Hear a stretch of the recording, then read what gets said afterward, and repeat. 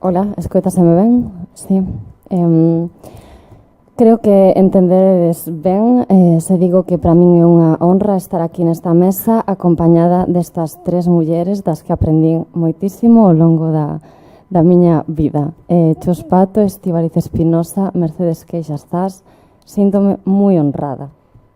Quería tamén darlle as grazas á Academia, en primeiro lugar, nomeadamente a Ana e a Margarita, coordinadoras deste simposio tan emocionante. Realmente estou moi emocionada. E teño medo de estar emocionada, pero non pasa nada. Grazas tamén a vos, os que estáis aquí, os que estades do outro lado, agora mesmo, cando sexa, por escoitar tamén.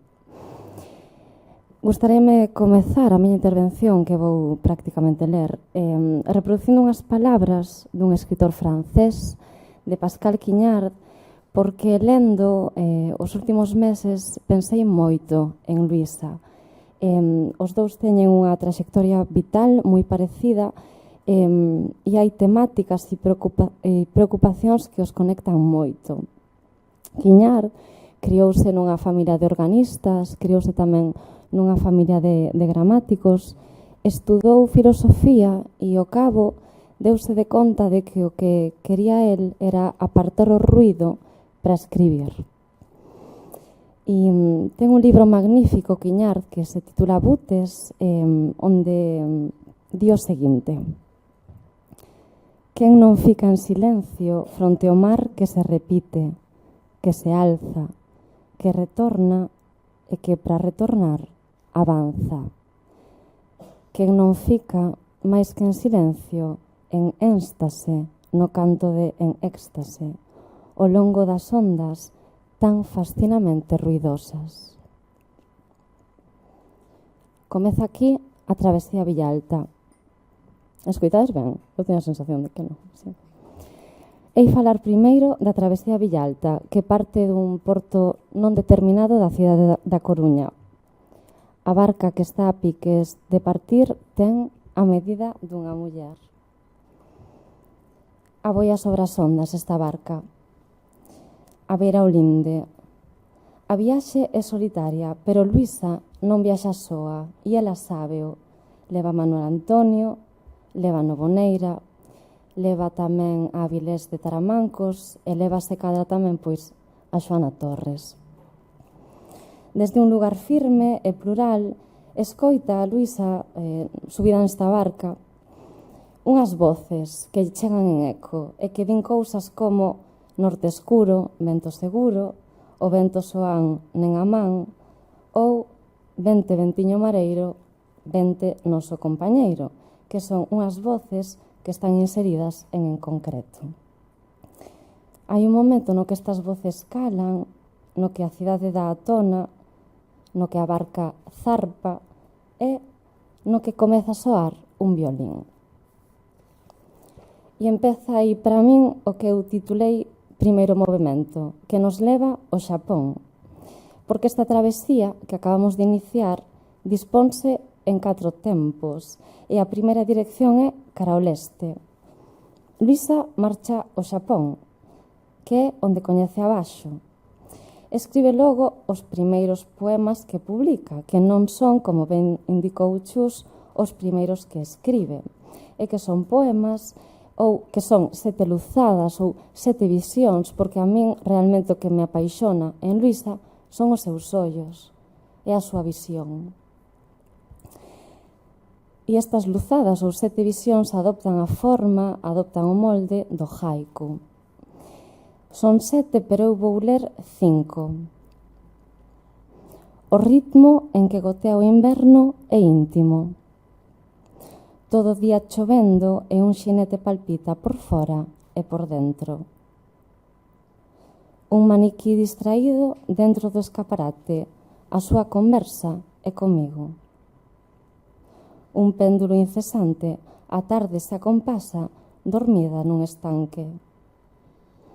E xa por último, luz e silencio. Cada noite parece que pasa máis cedo. O segundo movimento lévanos cara a Alemaña. De camiño cara alí, Luisa bate sobre as augas con Hölderlin. A coruñesa tradúcenos o que o alemán exclama: «Oh, Deus do mar, déixame lembrar o silencio das túas profundidades». E ao ancorar en Alemanha, Luisa, como xa citou Estíbaliz, repara en Hildegarda. Estamos a falar de Hildegarda de Bingen, escritora, compositora, filósofa, beata medieval, Sibila do Rin, Sibila.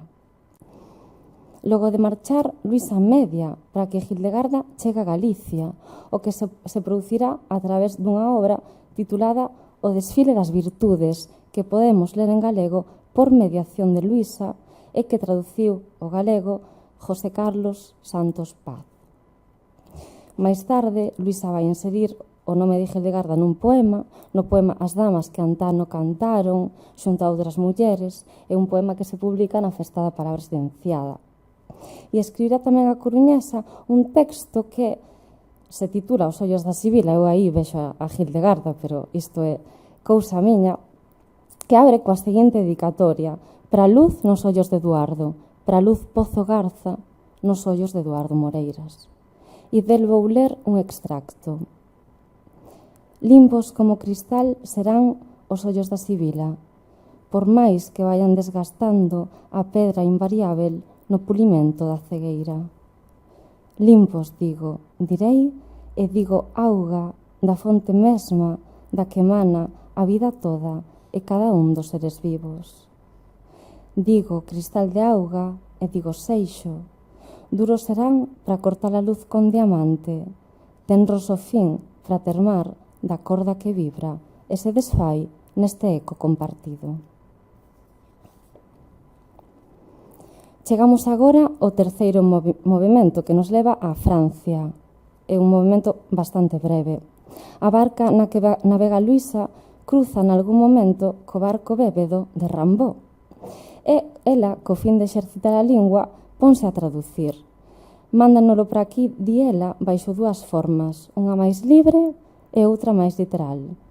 Dese transvasamento, Luisa escribe: extraio apenas uns baldes. Cuarto movimento, Italia. No medio do mar, Luisa recolle, lee unha proclama que lle lanza o seu amigo, do que xa se falou bastante aquí, Francisco ou Pancho Pillado. Trátase dun manifesto que Pasolini publica en italiano en 1968, o Manifesto per un nuovo teatro ou o Manifesto por un teatro novo. Luisa lee, ponse a traducir e fai un traballo inxente de anotacións. Quedan aí no medio dunha onda conectados Luisa e Pancho, Villalta e Pillado, e logo disto reparan un unísono nunha mesma obra, a Mandrágola, de Maquiavelo, unha obra do século XVI. Desta volta, eles dous acometen xuntos o traballo de traducción e tamén xuntos, anos despois, reflexionan sobre este feito. Abro cita. Cando dúas persoas non profesionais da traducción conflúen no traballo común de afrontar un texto como a Mandrágora, teñen que estar animados basicamente por dúas razóns. Ou ben reciben un cargo por parte dunha editorial ou ben emprenden tal traballo polo mero interese que o texto esperta neles. No noso caso, din Pancho e Luisa, aínda que a segunda destas motivacións foi moi anterior no tempo a primeira, o impulso definitivo debeuse ao proxecto de Edicións Laiovento de incorporar ao patrimonio cultural galego obras dramáticas universais de todos os tempos, como é o caso da traducción do Fausto de Goethe, do Enrique IV de Pirandello ou, aínda máis, do Arthur Ui de Bertolt Brecht. E aquí remato a cita. Pechamos agora o encadramento, remata a travesía. E da travesía Villalta enfocamos agora o diario de a bordo, que a min particularmente me interesa e moito. Despois dunha singradura disposta en 4 movimentos, Luisa abre un caderno, lánzase solitaria á escrita e resumín brevemente o que podemos atopar nese caderno diario de a bordo. En primeiro lugar, interrogación sobre a palabra, sobre o feito de escribir, sobre a poesía, sobre a conexión que existe entre a palabra e a vida. A de Luisa é sempre sempre a idade das preguntas. Selecciono algunhas. Cantas partes de min van caíndo por diante? Quen de min cae detrás de cada verso? Algo ou alguén está a esperarnos baixo as augas. Haberá poesía en que salvarse. 2. A través da tinta, Luisa deita o sentido que ela mesma lle outorga a existencia. Somos o doce fío que o silencio outorga. A través da tinta, Luisa deita tamén o sentido que lle outorga a escoita. Pararse a escoitar ten a finalidade de precaverse con respecto á orixe do ruído, o seu significado. Sobre a páxina en branco, Luisa tamén verte reflexións sobre o proceso artístico, sobre o tempo. Fai uso da palabra para despregar a traxectoria que ten para ela unha idea e explicita do xeito que agora leerei. Toda arte é un proceso de arroubamento. Calculamos o comezo, despois graduamos, logo soltamos, atinximos o trance. Cando o trance colle visos de amañecer, agarramos a luz. Na luz ven o descenso. Graduamos freando a caída. Pousamos. Finalmente, ficamos respetando o eco, o aroma, a lembranza. E así, dinos ela, todo na vida. Luisa emprega tamén o seu diario de a bordo para registrar as coordenadas da soedade. Escoitade, e ficaremos sós, mar e silencio, isto lévanos a Manuel Antonio. Anota tamén o que desexa reter arredor do silencio, non ese silencio de calar, senón o silencio necesario para sair do ruído que nos leva, a súa vez, a páxina en branco. Diela, o silencio, aínda así diela, o silencio, como a dor ou a felicidade extremas, é difícil de suportar. Toma nota, así mesmo, do medo, do temor, enfróntao.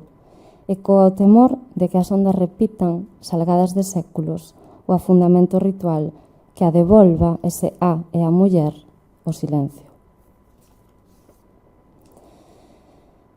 Despois da travesía, despois de lanzarse a escrita, contemplamos en Luisa a visión da Sibila. Vela aquí un extracto de música reservada.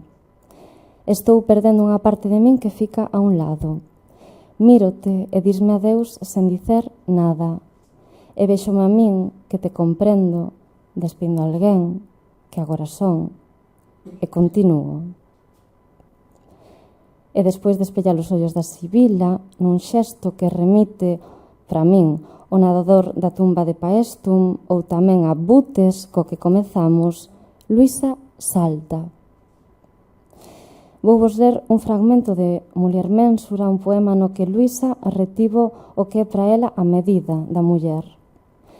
Sen consideración, pospoño de ver que me guía ao longo das rúas, como un meridiano anoado á cintura, e salto. Salto a reventar da rúa mesma, dun lado para outro, coa corda da barca da raíña dos mares, impulso un bambán que se saia das horas. Luisa deixou anotado tamén no seu caderno, nese diario de a bordo, isto. Bach deixou o último contraponto da arte da fuga sen rematar. Haberá maior resposta que esta para as preguntas que non teñen contestación? E aquí acaba a cita. Ou igual que Bach, a travesía a Villalta quedou aberta, pero Luisa fica para sempre do outro lado, se cadra baixo a tona do mar. Desde este outro lado, ela deixounos aquí ese diario a bordo, ese caderno, que eu creo, ou polo menos para min foi unha folla de ruta, un compás. Deixa tamén, aboiando sobre as ondas, a súa barca que nos convida a nós tamén a navegar.